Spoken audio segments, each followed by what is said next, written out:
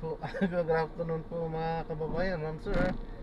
This is Jam the Filipino channel, ang inyo pong lingkod. So today is December 11, 2025 at tayo ngayon ay papunta. Aha, dali lang po dito yan sa may dali lang, hindi ko na kaya. Yan tayo ngayon papunta dito yan sa may President Macapagal Street, Malacanang Village. Ano to? Ba't ang daming ano? Malacanang Village, San Antonio, Parañaque. At dadalhin po natin yan sa may Next Wave Maritime, sa may Management Incorporated, sa may President Quirino Avenue, Leveresa Street, Barangay 705, Malate, Manila. Okay po, so magbabalik po tayo mamaya konti po pag nakuha na po natin sila. Disclaimer lang po, ang content po natin ay kalsada at hindi ang passenger. Kaya naman saka sakali man po na may marinig kayo mga pangalan ng lugar, pangalan ng tao, pangalan ng organizations, government o private man yan, ay wala pong kinalaman ng channel nito. At wala pong pinapatungkulan. Lahat po ng pinag-uusapan dito ay pawang dito lamang po yan sa loob. At wala pong pinapatungkulan sa labas. Okay po. So magbabalik po tayo mamaya konti pag nakuha na po natin sila.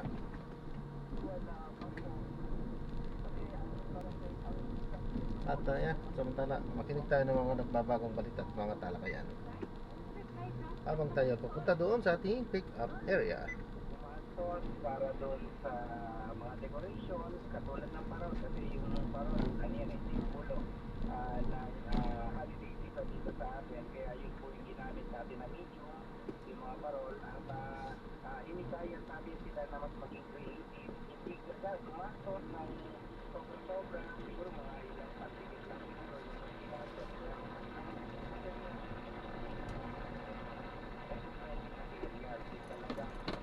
sabi nga na mga panapon na, no? Halimbawa, yung mga tuyong dahon doon sa mga paaralan, yung mga tulig, mga tangkay-tangkay doon, at yung mga pwedeng materyales na magamit, at yung ano, ilang mga bata, hindi po lahat nakapag-produce, pero mga ilang mga bata po nag-produce po ng mga eco-friendly parol. So, napakaganda ng mga parol po na ito. So, more ano ito, sir, mga kapit, gano'n?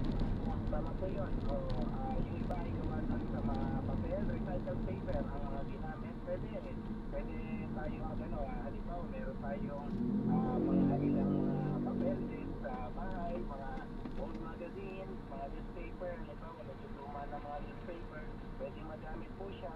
Pwede rin yung ilang mga items, halimbawa sa school, kasi mas sa school nila ito ginawa, so mas marami doon yung mga tuyong dahon, yung mga pinagkukuhaan ng mga bata, nilinis lamang para at nilagyan ng pantingin para mabuo nila yung mga parol. Last year, Radyo Magellan, ako marami yung nag-participate nga iba't ibang grades yung mga gumawa, talagang nag-effort, self-effort talaga yung mga magulang at saka yung mga bata. So, naisip namin ay continue ito hanggang sa siguro kahit every school ay magkaroon ng ganitong ginagawa kasi ng mga schools sa Radyo Manjeni. Yun na yung ginagamit nila pang decorations mismo sa kanilang mga paaralan. Alam mo, magaganda ko dyan. Pag nakakita ko dyan, hindi naging yung mga reusable. Tapos yung DIY, yung mga handcrafted na talagang pinagpaguran yung ano, Hindi tayo yung espesyalty natin. Saka from the school, pwede nilang iuwi sa bahay. Tama po yun. Hindi Pero tayo dun sa pagkakataon na yun, mas kinis ng school. Napipicture din siya ng ibang, may mga, ang balita ko, may ibang mga radio stations or TV stations nag-cover. Kinunan nila yung mga gawa ng mga bata na po. So, nakaka-encourage ito, lalo-lalo na sa atin, medyo limitado yung ating budget, pero meron tayong mga parol, pwede pala natin yung, wari, tira na yung parol, ayusin na lamang. Instead na plastic or made out of plastic yung gamitin natin, mas in-encourage natin talaga mga eco-friendly materials. Meron din mga gumawa ng parol na parang Made out of plastic, especially yung mga disposables, pero hindi natin talaga siya in-encourage. Kasama. Kasi nga, ano pa rin siya kumbaga panapon pa rin din talaga. Ang tao. Talaga natin, mga eco-friendly materials talaga. Oh, wow. And every year naman po, di ba? Lagi ba tayo sa Bulacan? Hindi po. Ano po, may nag-request lang po sa atin ng school na ganawin natin dito. At first time din namin dito nilabsa dito sa Bulacan. Pero open po kami, baka may mga partner schools kayo dyan na interesado po sa aming proyekto, sa aming campaign. Makipag-unahin lang po kayo, tapos i-schedule na lang po natin yung activity. Ano po, bukas po yung aming tanggapan para po sa iba't ibang mga eskwela. Especially medyo kaya po namin mapuntahan dito sa Metro Manila. And also, we encourage po, hindi kaya namin kayo na pwede mo natin gawin ito, no, hindi lang sa part ng Bangkok, estudyante, ng LTUP, ano, tama, Sir Tony? Yes po, yes po. Patayo po, parang toxic waste tayo. Mga regalo, sir, may mga adjustments din ba kayo ang ginagawa niyo? Radyo Jenny, kung makikita mo po, meron po kami ipinost na I think 10 tips kung paano maging toxic free and waste free yung ating celebration ng Christmas. Hindi muna namin sinamayin nyo yun kasi may event kami tomorrow. May campaign tayo na February 4 na campaign tomorrow. So for toxic free and waste free Christmas, niline up po namin doon yung mga halimbawa kung mamimili ka po ng regalo, kailangan tandaan, especially yung mga label, kailangan po natin talaga magtanda na basahin at tingnan, huwag po yung pilit na makikita natin, kailangan po natin talaga masyado oras at panahon sa pagpili, lalo-lalo na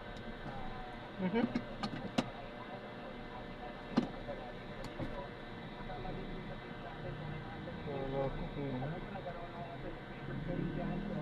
hopefully sana minimal yung naging disposables na ginamit. Yun po sana yung pinopromote natin na mas less. Kung may mga party, wala pong problema. Sige, you can have your celebrations. But issue lang po na sana maiwasan natin yung mga disposables. Ang dito, wash your board mo ang mas pinopromote natin para less yung basura. Sa mga gift wrappers sa Radyo Jenny, tawag sa amin. Muli sa diretso mo na lang ibigay yung Pick up po. Kay Donna? Donna po, Donna. 192 President Macapagal Street po. Kansilado na yan sapagkat gumawa ng violation itong ating na-receive na book. So ginagawa tayong parang pang-deliver, so bawal yan, it's a violation, bawal yan. Kino-consider natin yan kung kasama sila at depende sa kung anong isasakay. Kung ang isasakay ay kaya naman, mga bagahe, ganun, TV, small gamit, wag lang ref at mga malalaki. At tawag ang mga metals, mga bakal,